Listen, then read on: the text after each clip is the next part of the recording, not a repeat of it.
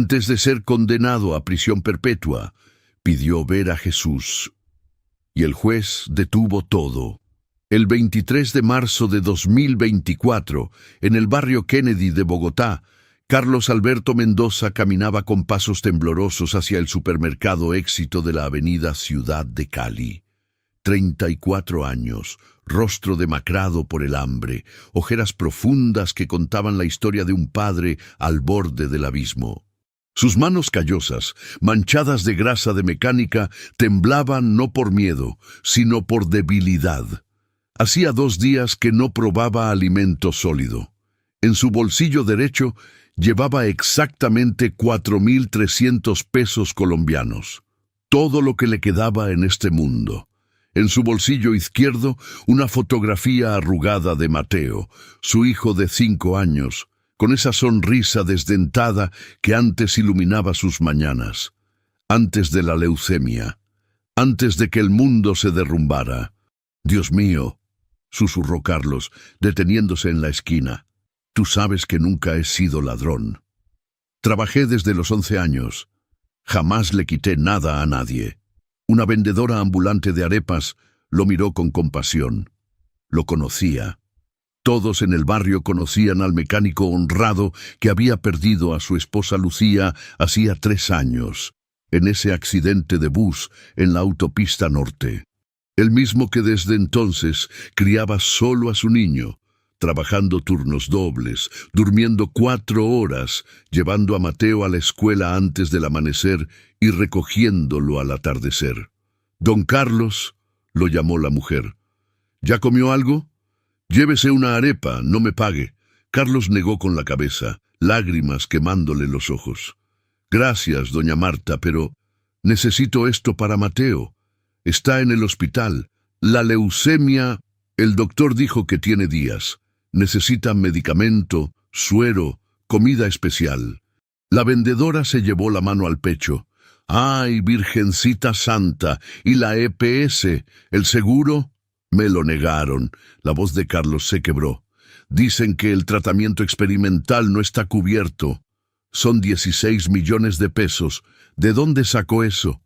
«Vendí todo. El taller quebró. Los bancos no me prestan. Mi familia...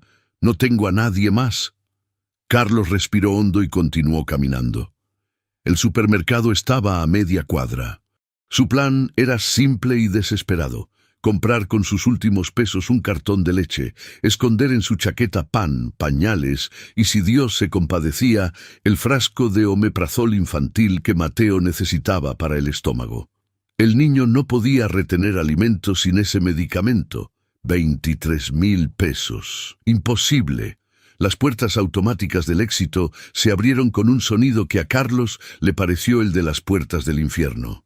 Luces fluorescentes blancas, música comercial alegre, familias comprando con carritos llenos. Un mundo paralelo donde la gente no tenía que elegir entre la dignidad y la vida de un hijo. Tomó una canasta. Sus piernas apenas lo sostenían. Pasó por el pasillo de lácteos. Agarró un cartón de leche deslactosada, la única que Mateo toleraba. 4.500 pesos. Más de lo que tenía. Dejó el cartón, tomó uno de leche regular, 3.800. Respiró. Caminó hacia la panadería. El olor a pan recién horneado era una tortura. Su estómago rugió con violencia. Miró a los lados. Un guardia de seguridad conversaba con una cajera, distraído. Carlos metió en su chaqueta 5 panes tajados, con movimientos torpes de novato. El plástico crujió demasiado fuerte. Se dirigió a los medicamentos. Allí estaba. Omeprazol pediátrico. 23.000 pesos. Lo miró como quien mira un tesoro inalcanzable. Pensó en Mateo esa mañana en el Hospital San Ignacio, vomitando bilis verde, llorando «Papi, me duele mucho», aferrado a su brazo con manitas translúcidas donde se marcaban las venas azules. «Perdóname, señor», musitó Carlos, y metió el frasco en su pantalón, bajo la camisa. Se dirigió a las cajas. Pagó la leche con sus 4.300 pesos. La cajera, una muchacha joven con expresión aburrida le dio el cambio. 500 pesos. Carlos lo guardó. 500 pesos para el bus de regreso al hospital. Que tenga buen día, dijo la cajera mecánicamente. Carlos caminó hacia la salida. 10 pasos, 8, 5. Las puertas automáticas comenzaron a abrirse. ¡Quieto ahí! El grito del guardia de seguridad retumbó en todo el supermercado. El corazón de Carlos se detuvo, se volteó. El guardia, un hombre corpulento de unos 40 años, se acercaba con paso militar. Detrás venía otro, más joven, con radio en mano. «Señor, acompáñeme a la oficina de seguridad, ya», ordenó el primero. Yo pagué la leche», tartamudeó Carlos. «Tengo el recibo». «¿Y el pan que lleva bajo la chaqueta? ¿También lo pagó? ¿Y lo que tiene en el pantalón?» Los clientes comenzaron a detenerse, a mirar. Una madre cubrió los ojos de su hija pequeña, como si Carlos fuera un monstruo. Un hombre de traje murmuró: «¡Qué vergüenza estos ladrones!». Carlos sintió que la tierra se abría bajo sus pies. «Por favor, es para mi hijo. Está enfermo. Tiene 5 años. Se está muriendo en el hospital. Yo no soy ladrón. Trabajé toda mi vida, pero perdí todo. No tengo cómo». «Todos tienen excusas», interrumpió el guardia mayor. «Oficina». «Ya». Lo agarraron de los brazos. Carlos no resistió. Dejó que lo arrastraran por el pasillo, entre murmullos y miradas de desprecio. En la oficina lo registraron. 5 panes, total, 6,000 pesos. Un frasco de omeprazol, 23,000. Un paquete de pañales que Carlos ni siquiera recordaba haber tomado, 12,000. Total, 41,000 pesos. «Llamaremos a la policía», dijo el guardia mayor marcando en su celular. «Robo agravado. Es delito. Por favor». Carlos cayó de rodillas. «No me lleven preso. Mi hijo está solo en el hospital. No tiene a nadie más. Si me encierran, él va a morir solo. Por favor, se lo suplico. Llévense todo. Denme una paliza, pero déjenme volver con Mateo». El guardia joven pareció dudar. Tenía ojos bondadosos. «Don, ¿su hijo de verdad está enfermo?» «Cállese, González», ladró el mayor. «Estas ratas siempre mienten. La semana pasada uno dijo lo mismo y...» «Está en el San Ignacio», gritó Carlos sacando del bolsillo la foto arrugada.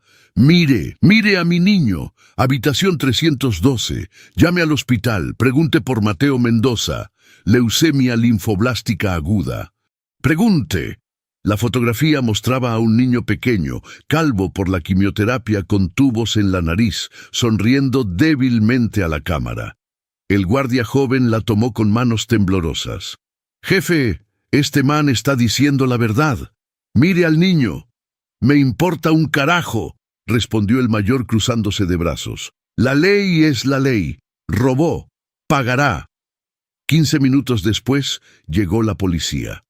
2 agentes entraron a la oficina.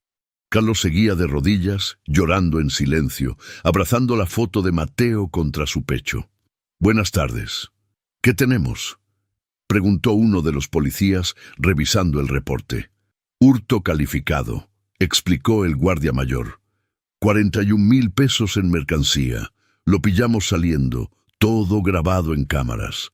El policía miró a Carlos con expresión dura. «Señor, tiene derecho a permanecer en silencio. Todo lo que diga puede...». «Mi hijo se muere», interrumpió Carlos con voz rota. «Tiene 5 años. Está solo en el hospital. Por favor, llévense todo mi dinero, los 500 pesos que me quedan, pero déjenme ir con él. Es mi único hijo, lo único que me queda en el mundo. Lo siento, señor, debe venir con nosotros». Cuando lo esposaron, Carlos comenzó a gritar, no de rabia, sino de dolor puro, un gemido animal de padre que sabe que ha fallado a su hijo. Los guardias lo arrastraron hacia la patrulla. Afuera, frente al supermercado, una multitud se había reunido. Alguien grababa con su celular. Entonces ocurrió algo que Carlos jamás olvidaría. El guardia joven, González, se acercó corriendo antes de que cerraran la patrulla. «¡Esperen!», gritó. «¡Hay algo más en su chaqueta!». Metió la mano en el bolsillo de Carlos y sacó un arma, una pistola pequeña, negra. «¿Qué?». Carlos casi se desmaya. «Eso no es mío. Jamás en mi vida he tocado un arma. Me lo pusieron. Me lo... Robo agravado y porte ilegal de armas», dijo el guardia mayor con sonrisa satisfecha. «Ahora sí se jodió, amigo». La patrulla arrancó. Carlos, esposado en el asiento trasero, veía por la ventana cómo el mundo se alejaba. Gritó hasta quedar sin voz. Golpeó su cabeza contra el vidrio. Los policías lo ignoraron.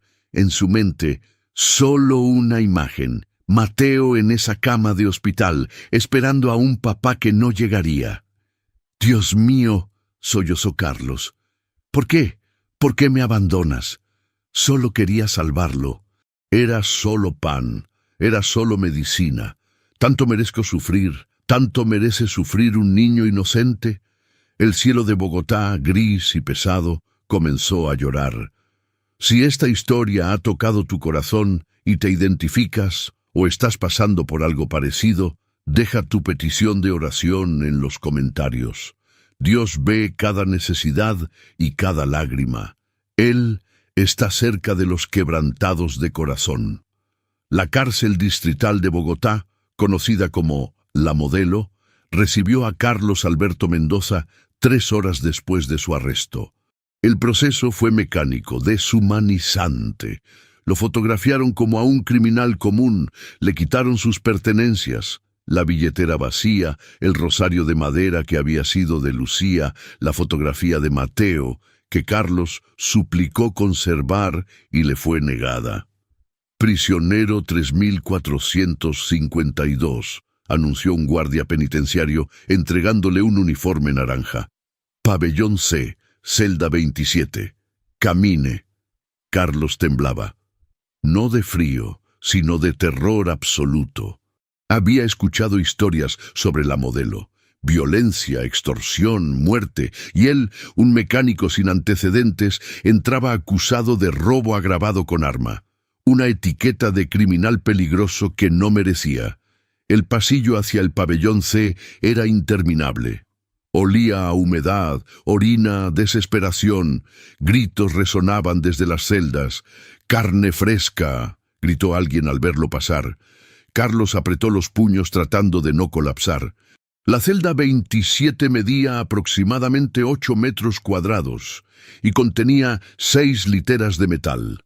12 prisioneros hacinados en un espacio diseñado para 4. El aire era irrespirable. En una esquina, un retrete sin puerta. En otra, un hombre tatuado que lo miraba con ojos de depredador. «Nuevo», dijo el hombre, levantándose de su litera. «¿Cómo te llamas?». «Carlos», respondió con voz apenas audible. «Yo soy el Tigre. Este es mi territorio. Aquí hay reglas, ¿entiendes? Pagas por protección o...». «No tengo nada», interrumpió Carlos. «Nada. Me quitaron todo». El Tigre se acercó, olfateándolo como animal. «Todos tienen algo. Familia afuera, ¿no? Ellos pueden pagar». «Mi hijo tiene 5 años. Está muriendo de leucemia en un hospital». Carlos levantó la vista, lágrimas corriendo por sus mejillas. «Es lo único que tengo, y por intentar salvarlo estoy aquí. Así que no tengo nada. Puedes golpearme, matarme si quieres. Ya no me importa». El Tigre estudió su rostro. Algo en la mirada de Carlos, en su completa derrota, lo hizo retroceder. «Quédate en esa litera», señaló la más alejada, pegada a la ventana con barrotes. «Y reza que nadie más te joda». Carlos se sentó en el colchón delgado y maloliento. A través de los barrotes podía ver un pedazo de cielo. Cerró los ojos. «Padre nuestro que estás en los cielos», comenzó a susurrar. Su abuela le había enseñado esa oración cuando tenía 6 años. «Santificado sea tu nombre». venga a nosotros tu reino. No pudo continuar. El llanto lo quebró. Se acurrucó en posición fetal, abrazándose a sí mismo, imaginando que abrazaba a Mateo. Los días en prisión preventiva se convirtieron en semanas. Carlos perdió la cuenta después de 20. No recibía visitas porque no tenía a quién avisar. Su única hermana vivía en Venezuela, sin recursos para comunicarse. Los vecinos del barrio, si sabían algo, probablemente pensaban que era un delincuente y se habían olvidado de él. Pero algo más terrible lo consumía: no saber de Mateo. Cada noche, acostado en esa litera infernal, Carlos imaginaba lo peor. Su hijo llamándolo, preguntando por qué papá no venía, enfermeras y doctores explicándole que estaba abandonado. O peor, imaginaba una cama vacía, un certificado de defunción, un entierro al que nunca podría asistir. Dios, oraba Carlos cada madrugada, de rodillas junto a su litera, ignorando las burlas de otros presos. Sé que he robado, sé que pequé, pero Mateo es inocente. Él no tiene culpa de nada. Por favor, cuídalo. Mándame una señal de que está vivo. Por favor, Señor, no me abandones en esta oscuridad. Pero el cielo permanecía en silencio. A los 30 días, un guardia lo llamó. «Mendoza, tiene visita de su abogado». Carlos casi corrió hacia la sala de visitas. Allí, tras una mesa de metal rayado, esperaba un hombre joven de unos 28 años, con maletín gastado y expresión cansada. «Buenos días, señor Mendoza. Soy Andrés Patiño, su defensor público». «Mateo», fue lo primero que Carlos preguntó. «Mi hijo. ¿Sabe algo de mi hijo?» El abogado revisó sus papeles incómodo. «Señor Mendoza, estoy aquí para hablar de su caso, no de...» «Por favor», Carlos golpeó la mesa. «Lleva 5 años, leucemia, Hospital San Ignacio. Necesito saber si está vivo. Es lo único que pido». Andrés suspiró, sacó su celular, hizo algunas llamadas. 10 minutos después, regresó con información. «Llamé al hospital. Su hijo sigue internado. Estado crítico pero estable. El Instituto Colombiano de Bienestar Familiar tomó custodia temporal. Hay una trabajadora social asignada». Carlos colapsó sobre la mesa, sollozando de alivio. «Está vivo, está vivo. Gracias, Dios mío, gracias». «Señor Mendoza, necesito que se concentre», continuó Andrés. «Su situación es grave, muy grave. El fiscal asignado a su caso es Harold Bermúdez, conocido por pedir las penas máximas. Robo agravado más porte ilegal de armas. Según el nuevo Código Penal colombiano de 2023, la reforma de seguridad ciudadana, esto califica para prisión perpetua». «¿Qué?». Carlos levantó la cabeza incrédulo. «Prisión perpetua. ¿Por robar pan?». «Por robar con un arma», corrigió el abogado. «El fiscal argumenta que usted representaba peligro público, aunque el arma no era mía», gritó Carlos. «Los guardias me la plantaron. Sé que lo hicieron. Yo nunca, jamás en mi vida, lo sé». Andrés levantó la mano. «Revisé los videos de seguridad. Hay algo extraño. En la grabación, cuando lo registran inicialmente, no aparece el arma, pero después, cuando el guardia González la encuentra, la cámara está en un ángulo que no muestra claramente el bolsillo. Es sospechoso». «¿Entonces puede demostrarlo?». Esperanza iluminó el rostro demacrado de Carlos.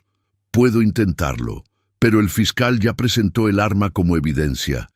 Tiene las huellas de González y las suyas, porque lo obligaron a tocarla al esposarlo. Sin testigos que confirmen que fue plantada, su palabra contra la del supermercado y la policía es difícil». Carlos apretó los puños. «¿Y la audiencia? ¿Cuándo es?». «En 3 semanas. 15 de diciembre. Corte Suprema, Sala 4. El juez es Rodrigo Salazar, 28 años de magistratura. Tiene reputación de ser implacable. Pocas absoluciones». «¿Hay esperanza?», preguntó Carlos con voz quebrada. Andrés bajó la mirada. Poca, muy poca, lo siento. Haré todo lo posible, pero debe prepararse para el peor escenario. Cuando Carlos regresó a su celda, no habló con nadie. Se acostó mirando al techo, calculando. Si lo condenaban a prisión perpetua, moriría allí. Jamás vería crecer a Mateo. Jamás podría abrazar a su hijo otra vez. Y si Mateo moría de leucemia mientras él estaba encerrado, no puedo pensar eso, se dijo. No puedo. Esa noche, el tigre se sentó junto a él. El hombre rudo que había amenazado a Carlos el primer día, ahora lo miraba con algo parecido a respeto. «Escuché tu historia», dijo el tigre. «Los guardias hablan.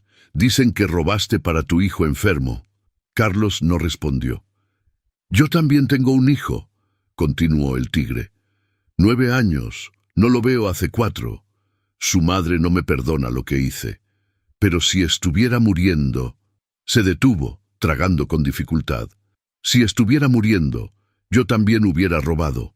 Hubiera matado si fuera necesario. «No sirve de nada», murmuró Carlos. «No pude salvarlo, y ahora estaré aquí para siempre». «¿Crees en Dios?», preguntó el tigre inesperadamente. Carlos se volteó hacia él, sorprendido. «No sé. Antes sí, pero si existe, me abandonó». El tigre negó con la cabeza. «Mi abuela decía que Dios nunca abandona, que cuando todo está más oscuro es porque el amanecer está cerca. No sé si es verdad, pero he visto cosas aquí dentro, milagros pequeños, gente que debía morir y vivió, condenas que se revirtieron. No pierdas la fe, hermano». Carlos cerró los ojos.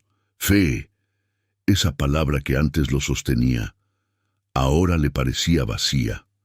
Los siguientes 19 días fueron agonía. Carlos apenas comía, perdió 18 kilos. Sus costillas se marcaban bajo la piel. Otros presos comenzaron a llamarlo el fantasma, porque vagaba por el patio como espectro, orando en voz baja, hablando solo. «Jesús, si existes», susurraba, «si de verdad ves todo, ves a los olvidados, a los que nadie defiende, ves a Mateo. Sálvalo a él. A mí no me importa.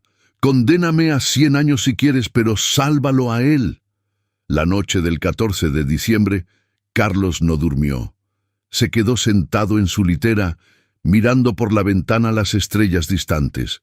Pensó en Lucía, su esposa muerta. Pensó en su madre, fallecida cuando él tenía 12 años. Pensó en todos los que ya no estaban y se preguntó si pronto se les uniría. «Mañana», pensó, «mañana lo perderé todo». Al amanecer del 15 de diciembre, 2 guardias llegaron a su celda.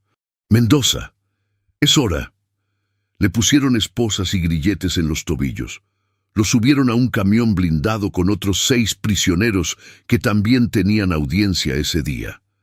Durante el trayecto, nadie habló. El silencio era pesado, cargado de destinos que estaban a punto de sellarse. Cuando llegaron a la Corte Suprema, un edificio imponente de piedra y vidrio en el centro de Bogotá, Carlos levantó la vista hacia el cielo una última vez. «Si hay un Dios», pensó, «hoy necesito un milagro». La Sala 4 de la Corte Suprema de Justicia era un espacio intimidante, diseñado para hacer sentir pequeños a los acusados. Techos altos con molduras coloniales, paredes de madera oscura, filas de bancas para el público que ese 15 de diciembre estaban curiosamente llenas. El caso de Carlos Mendoza, el padre que robó para su hijo enfermo, se había vuelto viral en redes sociales después de que alguien filtrara el video de su arresto. En esa grabación de celular que había circulado por WhatsApp y Facebook, se veía a Carlos siendo golpeado por el guardia mayor mientras gritaba: «Es para mi hijo enfermo, por favor, tiene leucemia». El video tenía más de 2 millones de reproducciones. Mitad de Colombia pedía clemencia, la otra mitad exigía mano dura contra la delincuencia disfrazada de pobreza. Carlos entró a la sala esposado, arrastrando grilletes que sonaban con cada paso. Vestía el uniforme naranja de prisión, ahora enorme en su cuerpo consumido. Sus ojos hundidos recorrieron la sala. Periodistas con cámaras, estudiantes de derecho tomando notas, rostros curiosos que lo miraban con mezcla de lástima y morbo. En la mesa de la defensa, Andrés Patiño organizaba nerviosamente sus documentos. En la mesa opuesta, el fiscal Harold Bermúdez, hombre de 52 años, cabello plateado peinado hacia atrás, traje negro impecable, revisaba su alegato final con expresión satisfecha. «Todo va a estar bien», mintió Andrés cuando Carlos se sentó junto a él. «Confía». Pero su voz temblaba. A las 10 de la mañana en punto, una puerta lateral se abrió. «De pie», ordenó el secretario. Todos se levantaron. Entró el juez Rodrigo Salazar. 60 años, rostro de granito curtido por 28 años, dictando sentencias, cabello completamente gris, cortado con precisión militar. Toga negra impecable, mirada de acero que no revelaba emoción alguna. Rodrigo Salazar era conocido en Colombia como el juez de hierro. En 2 décadas había condenado a más de 1.400 delincuentes. Su tasa de absolución era del 3%. Salazar se sentó tras el estrado elevado, ajustó sus lentes, abrió el expediente. Caso número 5243-2024. La Fiscalía contra Carlos Alberto Mendoza Ríos. Robo agravado y porte ilegal de armas. Procederemos con los alegatos finales. Su voz era profunda, monótona, sin inflexión. Fiscal Bermúdez, adelante. El fiscal se levantó con teatralidad. Su señoría, miembros del tribunal, Colombia está atravesando una crisis de seguridad sin precedentes. Cada día, delincuentes justifican sus actos con excusas emotivas, mientras víctimas inocentes sufren. El señor Mendoza, señaló a Carlos con dedo acusador, no solo robó, portaba un arma de fuego. Pudo haber matado a alguien. Pudo haber traumatizado a niños presentes en ese supermercado. El arma no era mía, murmuró Carlos. ¡Orden!, golpeó Salazar con su mazo. El acusado no habla sin autorización. El fiscal continuó. Tienen un video, su señoría, el acusado escondiendo mercancía. El arma encontrada en su poder con sus huellas digitales. Es culpable. Y según la reforma de 2023, este delito amerita prisión perpetua. No podemos permitir que padres desesperados se conviertan en ladrones armados. Si él roba, otros robarán. Es mi deber pedir la pena máxima, prisión perpetua sin posibilidad de reducción. Se sentó. La sala murmuraba. Defensa, su turno, ordenó Salazar. Andrés Patiño se levantó con piernas temblorosas. Su señoría, mi cliente jamás ha tenido antecedentes. Trabajó honradamente toda su vida. Es padre soltero de un niño con leucemia terminal. No tenía recursos. La desesperación no justifica el robo, pero explica el contexto. Además, el arma supuestamente encontrada aparece en circunstancias sospechosas. Solicito revisión de las grabaciones completas y... Ya fueron revisadas, interrumpió Salazar. El arma está en su chaqueta. Evidencia clara. ¿Tiene algo más? ¿Testigos que confirmen que el guardia... ¿Dónde están esos testigos? Andrés guardó silencio. No había testigos. Nadie había querido declarar contra el supermercado. Su señoría. Andrés jugó su última carta. Solicito clemencia. Bajo el artículo 60 del Código Penal, consideración de circunstancias atenuantes. Un padre en condiciones de extrema necesidad. Rechazado, cortó Salazar. La necesidad no justifica portar armas ilegales. Siéntese. Andrés se derrumbó en su silla. Carlos cerró los ojos. Ya estaba todo decidido. El juez Salazar revisó sus notas. Tomó su pluma. Comenzó a escribir. Después de revisar la evidencia presentada, los testimonios y aplicando la legislación vigente, Este tribunal procede a emitir veredicto. Levantó la vista hacia Carlos. Señor Carlos Alberto Mendoza Ríos, póngase de pie. Carlos se levantó con dificultad. Sus piernas apenas lo sostenían. Las esposas le pesaban como cadenas del infierno. Este tribunal lo declara culpable de robo agravado y porte ilegal de armas de fuego. La voz de Salazar resonaba como sentencia de muerte. La evidencia es contundente. No hay circunstancias atenuantes suficientes para reducir la gravedad del delito. Por lo tanto, procedo a dictar sentencia conforme al artículo «Su Señoría». La voz de Carlos quebró el protocolo como trueno. La sala entera se paralizó. «¿Cómo se atreve?», rugió Salazar. «Está en desacato. Por favor». Carlos cayó de rodillas, esposas golpeando el suelo. «Un último pedido, se lo suplico». Los guardias se movieron para sacarlo, pero Salazar levantó la mano, deteniéndolos. Algo en la desesperación absoluta de ese hombre lo hizo vacilar. «Tiene 10 segundos», dijo Salazar con voz gélida, «para explicar esta interrupción antes de que lo saque por desacato». Carlos levantó el rostro.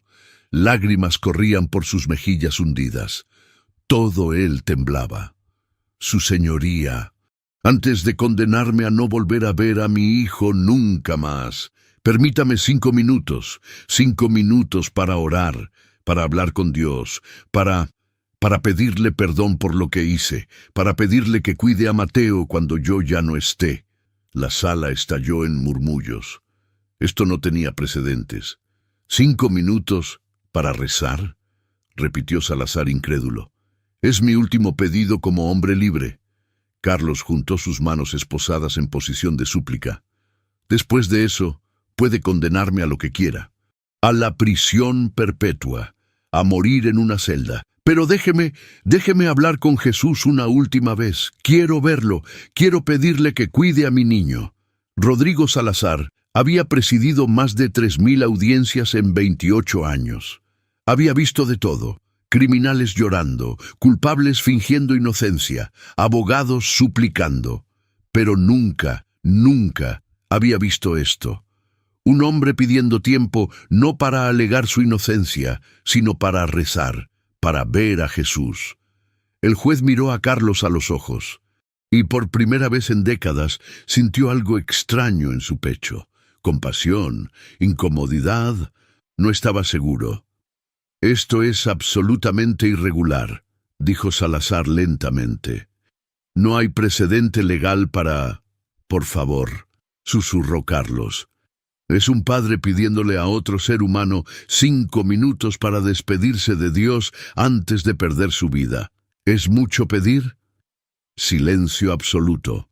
Incluso el fiscal Bermúdez parecía incómodo. Rodrigo Salazar, el juez de hierro, se quitó los lentes. Se frotó los ojos. En su mente una batalla, el protocolo versus algo que no podía nombrar. 5 minutos, dijo finalmente, sorprendiéndose a sí mismo. Ni uno más, y después de eso dictaré sentencia sin más interrupciones. ¿Entendido? Gracias, sollozó Carlos. Gracias, Su Señoría. Dios lo bendiga. Carlos cerró los ojos. Sus manos esposadas se juntaron. Inclinó la cabeza y comenzó a orar en voz baja. Jesús, sé que no merezco nada. Robé, pequé, fallé. Pero vengo a ti como vine siempre, como un padre desesperado. Un padre que ama a su hijo más que a su propia vida. Su voz se quebró. La sala, suspendida en el tiempo, escuchaba cada palabra. «Señor, tú también fuiste condenado injustamente. Te acusaron, te golpearon, te sentenciaron a muerte. Y en la cruz perdonaste. Pediste que el Padre perdonara a tus verdugos». Carlos lloró más fuerte. «Yo no soy tan bueno como tú. Estoy lleno de rabia, de dolor, de preguntas. Pero vine a pedirte algo. Si existes, Jesús, si de verdad escuchas a los quebrantados, muéstrate. Déjame verte una última vez antes de que todo termine». Los segundos pasaban como siglos. «Y si no puedes salvarme a mí», continuó Carlos, «salva a Mateo. Es inocente. Él no tiene culpa de nada. Dale vida, dale un futuro. Aunque yo no esté para verlo crecer, que viva. Por favor, señor, por favor». 40 segundos, 50, un minuto. De repente, el cuerpo de Carlos se tensó. Abrió los ojos de golpe, enormes, mirando hacia el frente de la sala, hacia un espacio vacío entre su mesa y el estrado del juez, y sonrió, una sonrisa de asombro absoluto.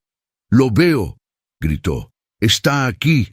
¡Jesús está aquí!». El tiempo se detuvo en la sala 4. Carlos, de rodillas, con esposas tintineando, miraba fijamente hacia adelante con expresión de quien ve lo imposible. Sus ojos, antes apagados por el sufrimiento, ahora brillaban con intensidad sobrenatural. Su rostro, demacrado por el hambre y la prisión, se transformó. Paz absoluta, asombro, alegría mezclada con lágrimas. «¡Lo veo!», repitió con voz ahora firme, clara. «Está frente a mí, túnica blanca, resplandeciente. Sus ojos son como fuego, pero también como amor. Está aquí». La sala explotó en murmullos. Algunos periodistas se levantaron. Los guardias se miraron entre sí nerviosos. El fiscal Bermúdez frunció el ceño. «¿De qué habla?», murmuró alguien en las bancas. «Se volvió loco». Pero el juez Rodrigo Salazar no se movió. Miraba fijamente a Carlos, con expresión que oscilaba entre escepticismo y algo más. Incomodidad, curiosidad. Algo en su pecho que no comprendía. Carlos extendió sus manos esposadas hacia adelante, como queriendo tocar lo que veía. «Jesús, eres tú, de verdad eres tú». Su voz temblaba. «Me estás mirando. Me estás sonriendo. ¿Por qué? No merezco tu mirada. He pecado. He fallado». Silencio. Carlos inclinó la cabeza como escuchando. Susurró. «Carlos, yo también tuve hambre. En el desierto 40 días sin comer. Entiendo tu dolor». Los murmullos se intensificaron. Andrés Patiño, el abogado defensor, se levantó de su silla, asombrado. Nunca había visto a su cliente así. Carlos parecía estar conversando con alguien invisible.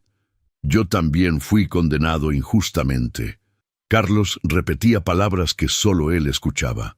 «Me acusaron de crímenes que no cometí. Me llevaron ante jueces que decidieron mi destino antes de escucharme. Conozco la injusticia, Carlos». Una reportera en la tercera fila susurró a su camarógrafo. «¿Estás grabando esto? Graba todo». Pero entonces ocurrió algo que nadie esperaba. Una luz. Comenzó como un resplandor tenue alrededor de Carlos. Al principio, apenas perceptible, pero creció. Se intensificó. Como si una fuente invisible de luz lo estuviera iluminando desde arriba. Pero no había ninguna lámpara en ese ángulo. «¿Ven eso?», preguntó alguien en las bancas. «¿Qué es esa luz?». El camarógrafo enfocó. En su pantalla, claramente visible, un halo de luz dorada rodeando a Carlos Mendoza, sin fuente aparente. «No puede ser», murmuró el camarógrafo. «Las luces del techo están apagadas en ese sector. ¿De dónde viene?». Carlos continuaba su conversación con lo invisible. «Tu amor por Mateo es mi amor por ti», repitió las palabras llorando. «Dices que un padre hace cualquier cosa por su hijo, y que tú diste tu vida por todos nosotros, que ese amor de padre que siento es un reflejo de tu amor». El juez Rodrigo Salazar, ateo confeso durante 52 años de vida, sintió un escalofrío recorrer su columna. Apretó el mazo de madera, sus nudillos blancos. «Es una actuación», se dijo, «un último intento desesperado de manipular la sala». Pero sus ojos no podían apartarse de la luz. Esa maldita luz que no debería estar ahí. Carlos continuó. «Dices que confíe, que el Padre Celestial tiene un plan que...». Se detuvo incrédulo. «¿Qué?». No entiendo. ¿El juez cambiará la sentencia? Salazar se tensó en su silla. Dices que Mateo sanará. Carlos sollozaba incontrolable. ¿Es verdad? ¿De verdad mi hijo vivirá? Yo soy la resurrección y la vida. Carlos repitió. Lo sé, señor. Lo he escuchado 1000 veces. Pero ahora tú me lo dices directamente. A mí. A Carlos Mendoza, el ladrón, el criminal, el mal padre. No eres un mal padre. Eres un padre que amó tanto, que estuvo dispuesto a sacrificar su dignidad por su hijo, como yo me sacrifiqué por ustedes. Carlos cayó completamente al suelo, postrado, frente rota contra el mármol frío. No soy digno, señor, no soy digno.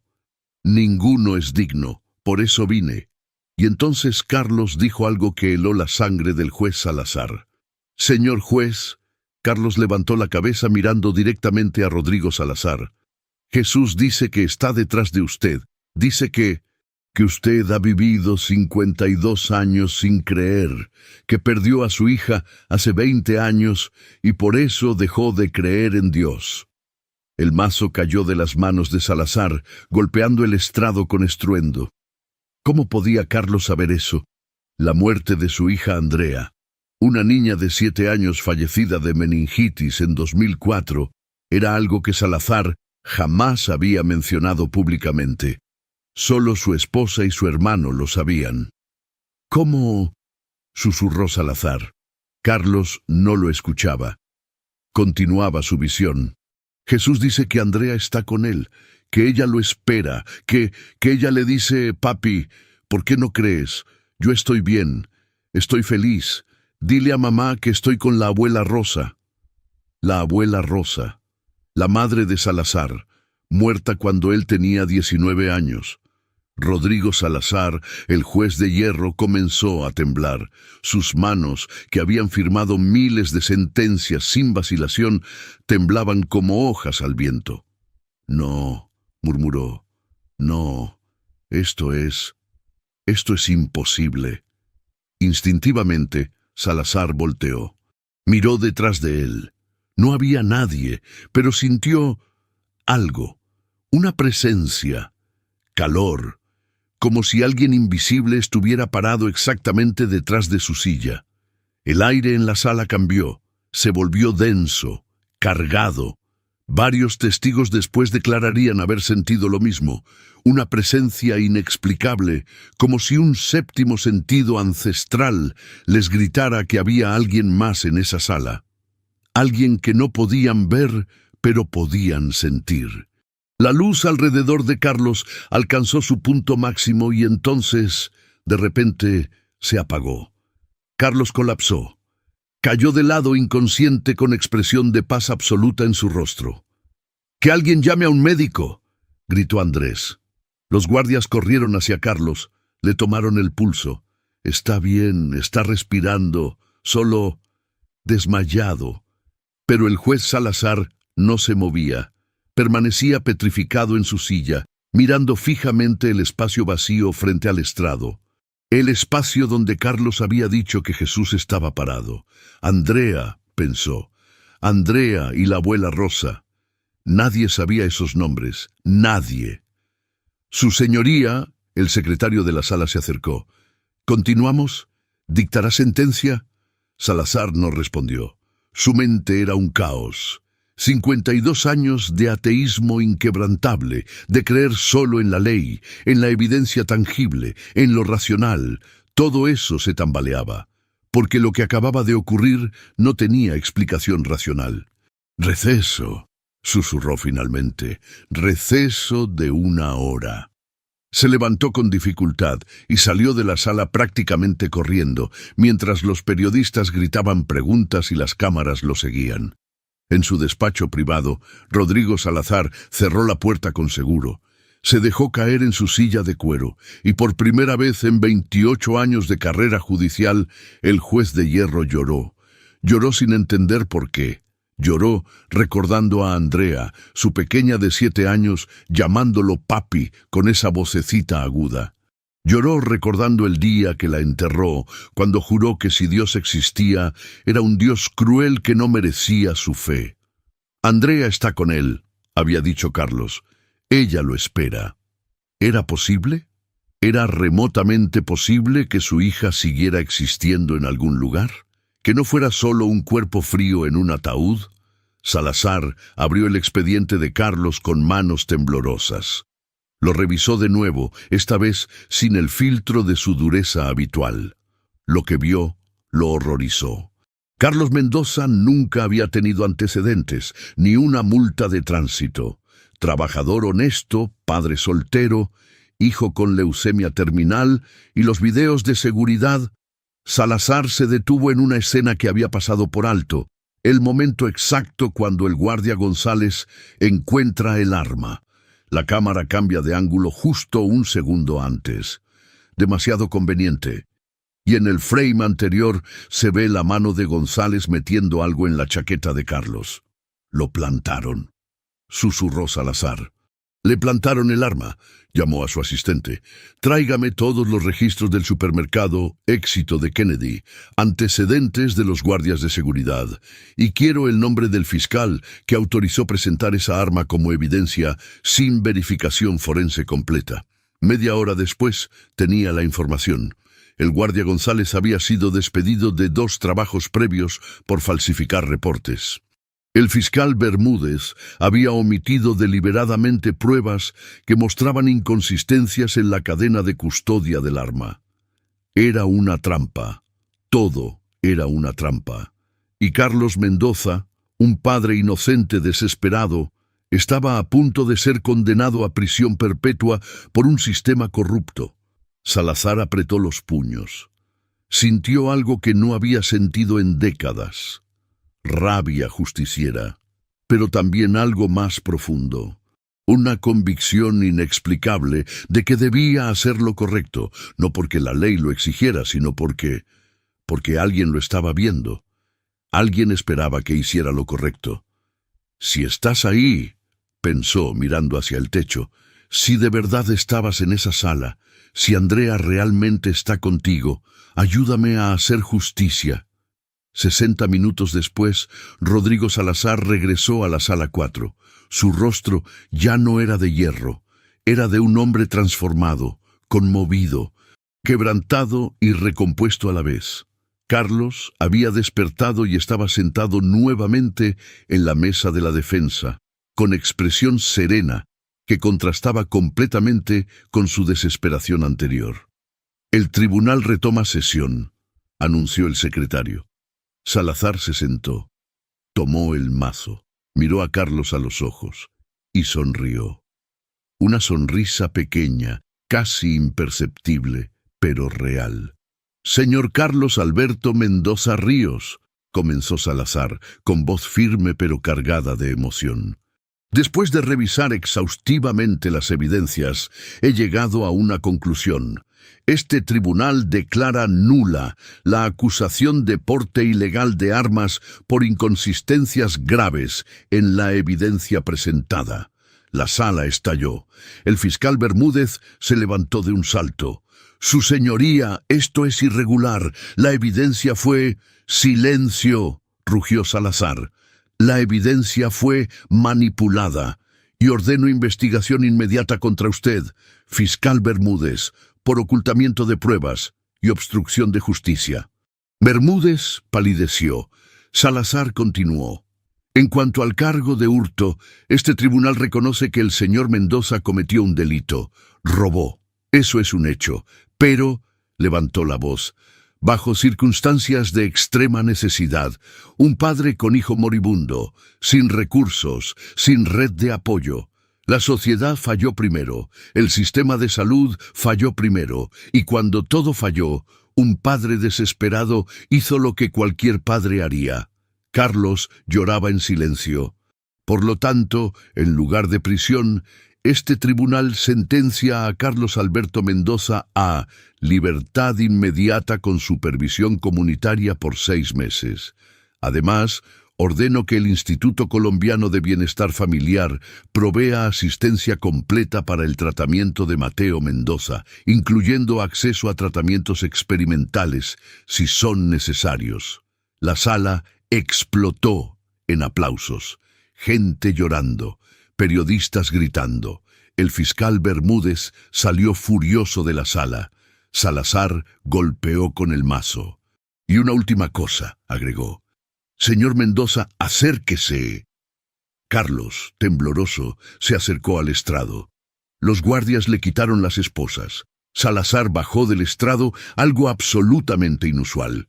Se paró frente a Carlos, y ante el asombro de todos, extendió su mano. Perdóneme, dijo el juez con voz quebrada. Perdóneme por casi destruir su vida, por juzgar sin ver, por ser ciego durante tanto tiempo. Carlos tomó su mano y la apretó fuerte. Usted no tiene nada que perdonar, su señoría. Usted hizo lo correcto.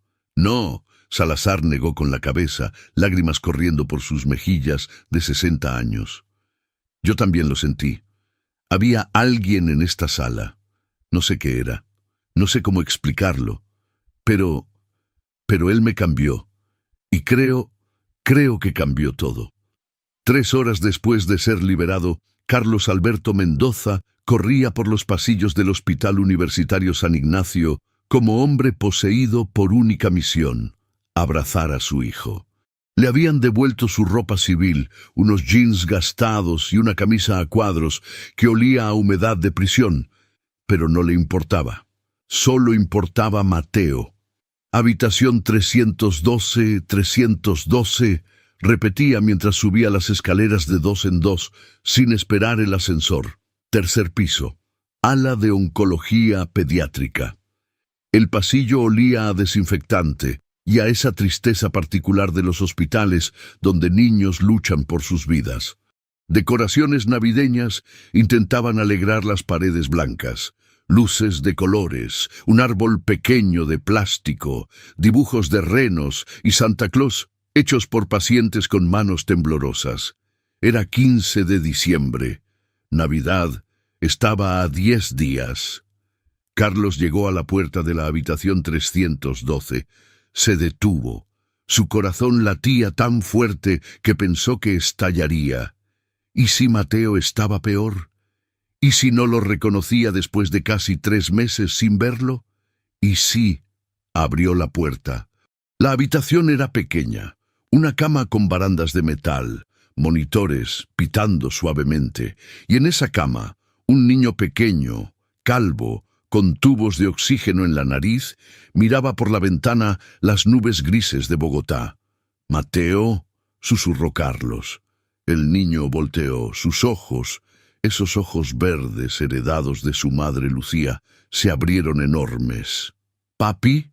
«Sí, mi amor. Soy yo. Papi está aquí». Carlos cruzó la habitación en 3 zancadas y abrazó a su hijo con fuerza, de hombre que ha caminado por el valle de sombra de muerte, y regresó. Mateo, tan frágil que parecía que se rompería, se aferró a su padre con bracitos débiles. «Papi, pensé que te habías ido. Como mami, pensé que ya no ibas a volver». «Jamás», sollozó Carlos besando la cabecita calva de su hijo. «Jamás te dejaré, campeón. Nunca. Aunque tenga que mover cielo y tierra, jamás te abandonaré». Se quedaron así, abrazados, llorando, durante 10 minutos eternos, hasta que una voz suave los interrumpió. «Señor Mendoza, ¿es usted?» Carlos volteó. En la puerta estaba una doctora joven, de unos 35 años, con bata blanca y estetoscopio al cuello. Su expresión era de asombro. «Soy yo», respondió Carlos, secándose las lágrimas. «Acabo de salir libre. Vine directo aquí. ¿Cómo está Mateo? Dígame la verdad. No me oculte nada». La doctora entró a la habitación, cerró la puerta, miró a Mateo con ternura, luego a Carlos con expresión indescifrable. «Señor Mendoza, necesito hablar con usted. Afuera». El corazón de Carlos se hundió. «Va a decirme que se está muriendo», pensó, «que es cuestión de días». Salieron al pasillo. La doctora, su placa decía doctora Patricia Ángel, oncóloga pediátrica, cruzó los brazos mirándolo intensamente. Hace 3 días, el 14 de diciembre, Mateo entró en crisis severa, falla multiorgánica. La leucemia había invadido casi toda su médula ósea. Sus órganos comenzaban a colapsar. Llamamos a su familia, pero como usted estaba preso y no hay más familiares... Carlos cerró los ojos, dolor atravesándolo. Preparamos el protocolo de cuidados paliativos, continuó la doctora. En términos simples, hicimos todo lo posible para que no sufriera en sus últimas horas. Últimas horas, repitió Carlos, voz quebrándose. Esa noche, a las 11:40, Mateo técnicamente murió.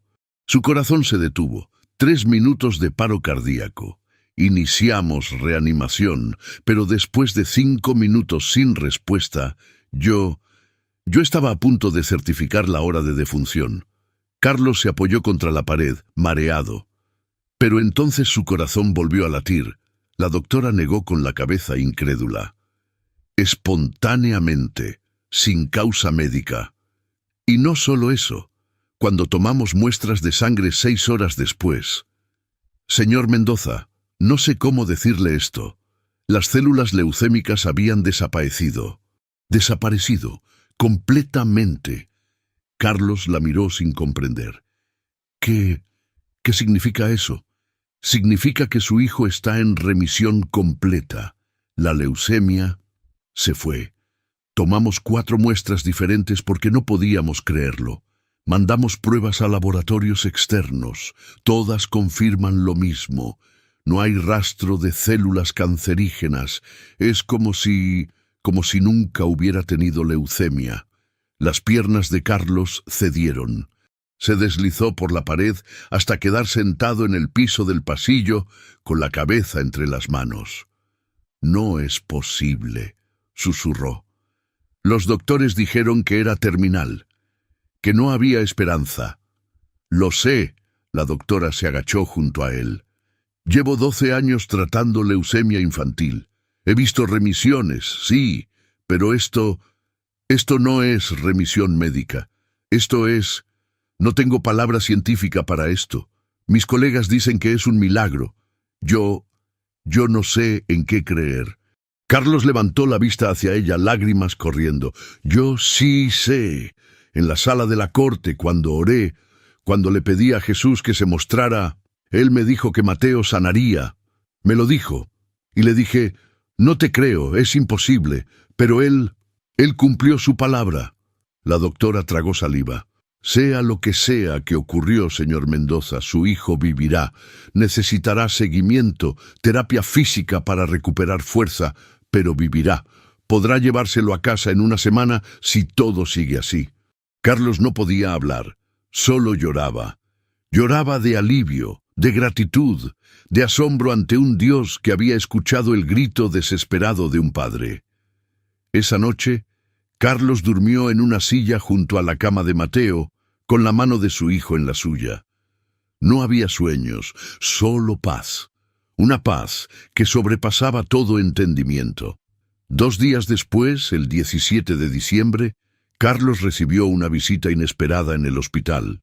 El juez Rodrigo Salazar, vestido de civil, pantalón de mezclilla y suéter gris, tocó la puerta de la habitación 312. ¿Se puede?, preguntó tímidamente. Carlos se levantó sorprendido. Señor juez, usted no tenía que... Por favor, llámame Rodrigo, interrumpió Salazar. Ya no soy tu juez. Soy alguien que necesitaba verte. Necesitaba saber si tu hijo... Su voz se quebró al ver a Mateo sentado en la cama, comiendo gelatina, con color rosado en las mejillas.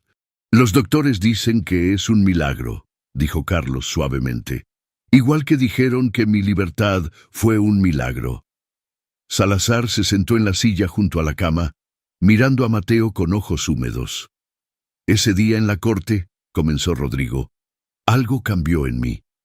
No puedo explicarlo con lógica. Durante 52 años creí que Dios no existía, que cuando morimos simplemente dejamos de existir.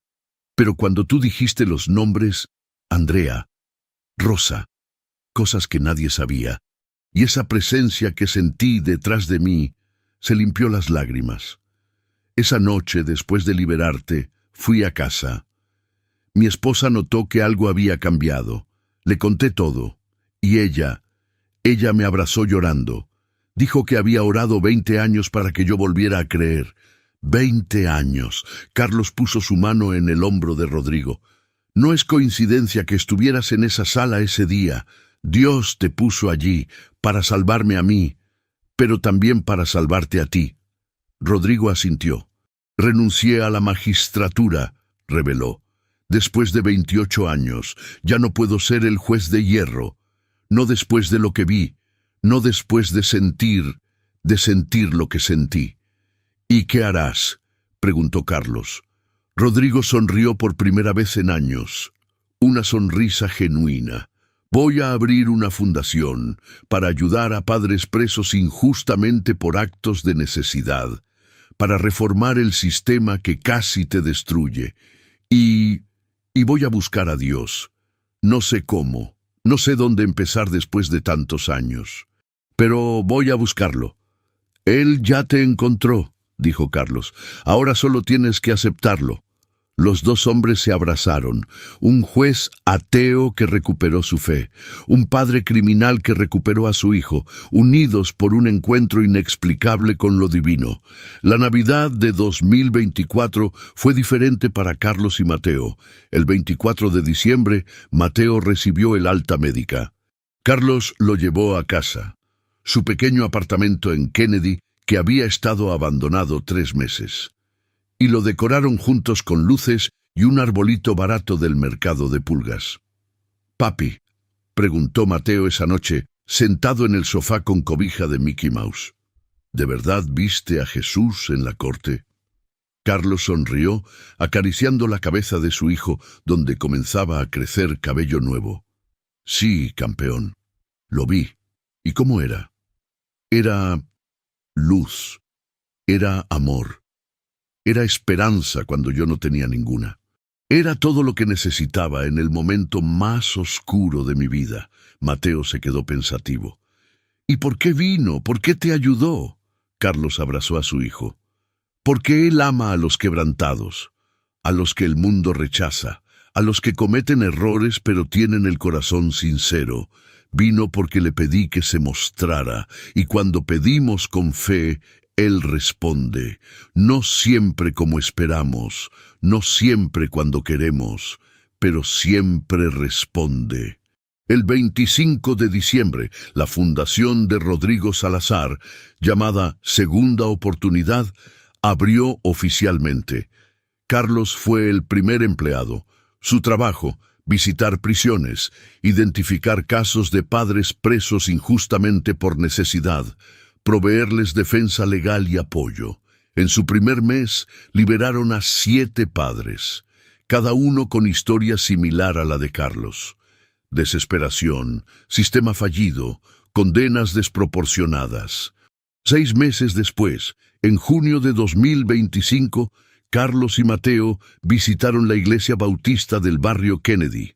Era un edificio pequeño, con paredes de ladrillo sin pintar, pero lleno de gente humilde que cantaba con fervor. El pastor, un hombre mayor de 70 años llamado Samuel, invitó a Carlos a dar su testimonio. Carlos subió al púlpito, con Mateo de la mano. El niño, ahora de 6 años, con cabello negro creciendo abundante, sonreía a la congregación. «Hermanos», comenzó Carlos con voz temblorosa, «vengo a contarles algo que cambió mi vida para siempre». Durante 30 minutos contó su historia: el robo, la prisión, el juicio, la oración desesperada, el encuentro con Jesús, la transformación del juez, la sanación de Mateo. Cuando terminó, no había ojo seco en la iglesia. «Pedí ver a Jesús antes de perder mi libertad», concluyó Carlos, «y Él vino. No sé cómo explicarlo, no sé qué dirán los escépticos, Pero yo lo vi, lo sentí. Y él detuvo la injusticia, salvó a mi hijo, transformó al juez, cambió todo, levantó a Mateo en brazos. Este es mi milagro. Mi hijo que debía morir y vive. Mi libertad que debía perderse y me fue devuelta. Mi vida que estaba destruida y fue restaurada. Si Dios puede hacer esto por alguien como yo, un ladrón, un criminal, un hombre sin esperanza, puede hacerlo por cualquiera. La congregación aplaudió. Algunos gritaban, ¡Aleluya! Otros lloraban. El pastor Samuel abrazó a Carlos. Tu testimonio salvará vidas, hermano. Dios te usará para demostrar que Él nunca abandona a sus hijos.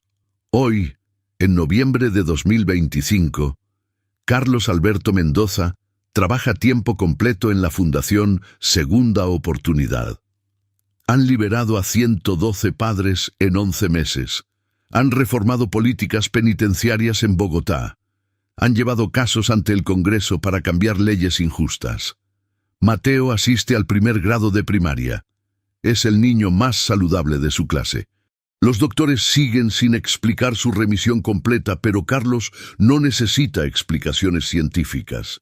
Tiene fe, y eso es suficiente. Rodrigo Salazar se bautizó en mayo de 2025, a los 60 años, en una ceremonia donde lloró como niño. Su esposa dice que recuperó al hombre del que se enamoró 40 años atrás, antes de que la tragedia y el escepticismo lo endurecieran. El video de aquel día en la Corte Suprema, donde Carlos grita, «Lo veo, está aquí», y la cámara captura esa luz inexplicable, tiene 27 millones de reproducciones en YouTube. Científicos han intentado explicar la luz como refracción, trucos de cámara, efectos digitales, pero ninguna explicación convence completamente, porque algunos milagros no necesitan explicación, solo testigos dispuestos a creer. Carlos terminó su testimonio en la iglesia aquella mañana de junio con palabras que ahora repite cada vez que habla. Yo era un hombre al borde del precipicio, sin esperanza, sin futuro, condenado a perderlo todo, pero pedí ver a Jesús, y Él vino. No vino con ejércitos, no vino con truenos, vino como luz, como presencia, como amor que transforma. Y cuando el juez sintió esa presencia, todo cambió. Miró a Mateo, tomó su manita. Si están pasando por el valle más oscuro, si sienten que Dios los ha abandonado, si piensan que no hay salida, pídanle que se muestre. Con fe verdadera, con corazón quebrantado, y Él vendrá. Quizás no como esperan, quizás no cuando quieren, pero vendrá. Porque Él es el Dios de los quebrantados, el Dios de los rechazados, el Dios que detiene injusticias, el Dios que sana leucemias terminales, el Dios que convierte jueces de hierro en hombres de fe. El Dios que, cuando todo parece perdido, responde a una oración desesperada y detiene el mundo entero. Carlos abrazó a su hijo bajo el cielo de Bogotá, agradecido por cada día, cada respiro, cada milagro grande y pequeño que compone una vida redimida. Y en algún lugar, en una dimensión que no podemos ver pero podemos sentir, Jesús sonríe. Porque cada vez que un corazón quebrantado clama su nombre, Él está ahí. Siempre ha estado, siempre estará, hasta el fin de los tiempos. Historia inspirada en testimonios de fe sobre encuentros divinos en momentos de desesperación. Un recordatorio de que ningún pecado es demasiado grande, ninguna situación demasiado oscura, ninguna persona demasiado perdida para el amor redentor de Dios.